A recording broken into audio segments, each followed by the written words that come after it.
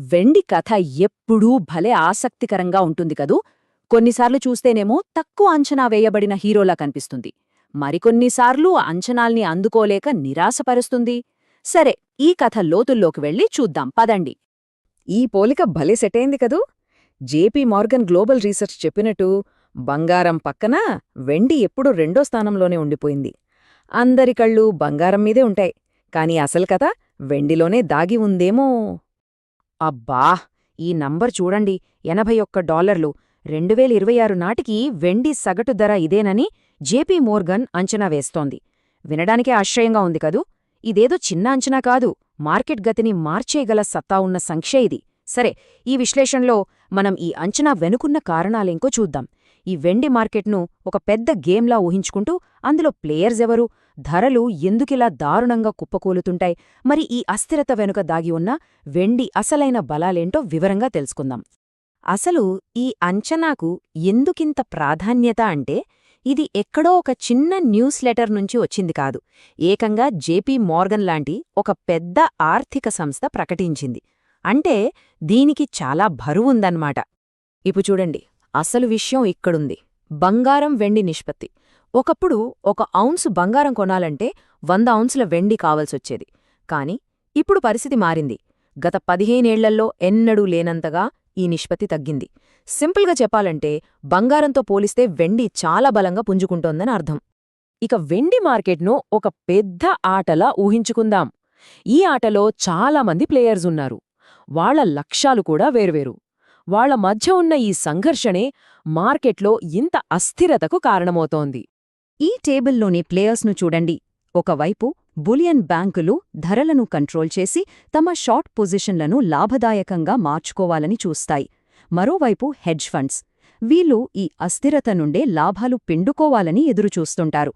ఇక పారిశ్రామిక కొనుగోలుదారులకు ఏమో స్థిరమైన సరఫరా కావాలి. సెంట్రల్ బ్యాంకులు నిశ్శబ్దంగా వెండిని కూడబెడతాయి. చివరగా మనలాంటి రీటైల్ ఇన్వెస్టర్లు తమ సంపదను కాపాడుకోవాలని చూస్తారు. చూసారా, అందరి లక్ష్యాలు వేరు. అందుకే ఇది ఒక పెద్ద గేమ్. సో ఇక్కడే ఒక కీలకమైన విషయం ఉంది. ధరలు అమాంతం పడిపోయినప్పుడు రీటైల్ ఇన్వెస్టర్ తప్ప మిగతా ప్రధాన ప్లేయర్స్ అందరూ ఏదో ఒక రకంగా లాభపడగలరు. బ్యాంకులు తక్కువ ధరకు కొని తమ షార్ట్ పొజిషన్లను కవర్ చేస్తాయి. హెడ్జ్ ఫండ్స్కు మంచి ఎంట్రీ పాయింట్ దొరుకుతుంది. పారిశ్రామిక కొనుగోలుదారులు చౌకగా సరుకును కొంటారు. అంటే నష్టపోయేది కేవలం చిన్న ఇన్వెస్టర్ మాత్రమే. అందుకే మనం వెండిలో ఈ విపరీతమైన హెచ్చుతగ్గులు చూస్తుంటాం. మార్కెట్లో జరిగే ఈ భారీ పతనాలను మనం మామూలుగా యాదృచ్ఛిక కదలికలుగా తీసుకోలేం. వీటి వెనక ఒక స్ట్రాటజీ ఉంటుంది. ఉదాహరణకు, ఒక ఫెడ్ చైర్ నియామకం వార్త రాగానే ఏకంగా 27% పడిపోయింది వెండి ధర. ఊహించుకోండి, ఇది చిన్న విషయం కాదు. ఇలాంటి వార్తలు మార్కెట్ను ఎంత దారుణంగా ప్రభావితం చేస్తాయో చెప్పడానికి ఇదొక నిదర్శనం. దీన్నే మార్కెట్ భాషలో షేకౌట్ అంటారు. సింపుల్గా చెప్పాలంటే, చిన్న ఇన్వెస్టర్లను భయపెట్టి వాళ్ల దగ్గరున్న వెండిని తక్కువ ధరకు అమ్మేలా చేయడమన్నమాట. వాళ్లు అమ్మేసిన తర్వాత పెద్ద సంస్థలు ఆ వెండిని తక్కువ ధరకు కొనుక్కుంటాయి. ఇది ఒక రకంగా ఆస్తిల బదిలీ. మరి ఇక్కడ మనం ఆలోచించాల్సిన విషయమేంటంటే, చిన్న ఇన్వెస్టర్లు భయంతో అమ్మేస్తున్నప్పుడు అంత తక్కువ ధరకే దాన్ని కొంటున్నదెవరు?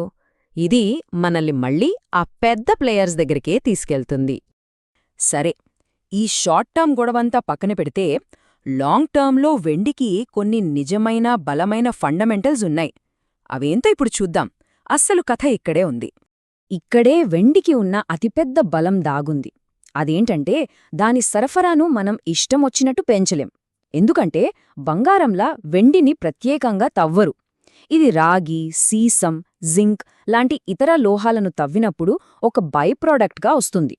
సో వెండి ధర పెరిగింది కదా అని వెంటనే దాని ఉత్పత్తిని పెంచడం కుదరదన్నమాట. ఒకవైపు సరఫరా పెంచడం కష్టం, కానీ మరోవైపు డిమాండ్ మాత్రం రాకెట్లా దూసుకెళ్తోంది, ముఖ్యంగా సోలార్ రంగం నుంచి. చూడండి, 2015లో 50 మిలియన్ ఔన్స్లుగా ఉన్న డిమాండ్ 2025 నాటికి 200 మిలియన్ ఔన్స్లకు చేరుతుందని అంచనా. అంటే ఏకంగా 4 రెట్లు పెరుగుతుంది. ఈ సరఫరా డిమాండ్ మధ్య ఉన్న గ్యాప్ ధరలపై తీవ్ర ప్రభావం చూపించగలదు. ఇది మనల్ని వెండి మార్కెట్లోని ఒక పెద్ద మిస్టరీ దగ్గరికి తీసుకొస్తుంది. అదేంటంటే, పేపర్ మార్కెట్కు ఫిజికల్ మార్కెట్కు అస్సల పొంతనే ఉండదు. అంటే స్క్రీన్ మీద ధర పడిపోతున్నట్టు కనిపిస్తుంది, కానీ బయట నిజమైన వెండికి మాత్రం డిమాండ్ విపరీతంగా ఉంటుంది.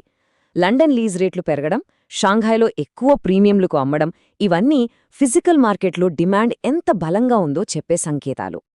సో ఇదంతా చూశాక ఇక ముందు మనం వేటిని గమనించాలి? ఏ సంకేతాలు మనకు దారి చూపిస్తాయి?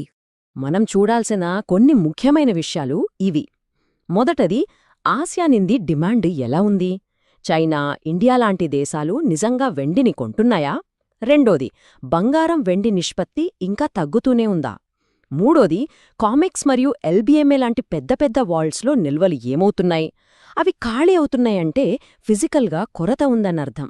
ఇక చివరిది, చెడ్డ వార్తలొచ్చినప్పుడు కూడా వెండి ధర నిలబడుతుందా లేదా, పెరుగుతుందా అనేది గమనించాలి. ఇవన్నీ మార్కెట్ అసలు బలాన్ని సూచిస్తాయి. మార్కెట్లో ఎప్పుడూ ఒక మాట చెప్తుంటారు, బుల్ మార్కెట్లు ఎప్పుడూ సాఫీగా సాగవు. అవి ఎన్నో అనుమానాలు, భయాల గోడను ఎక్కుతూనే పైకి వెళ్తాయి. ఈ అస్థిరత అనేది ఆ ప్రయాణంలో ఒక భాగం మాత్రమే. చివరిగా మిగిలే ప్రశ్న ఒక్కటే.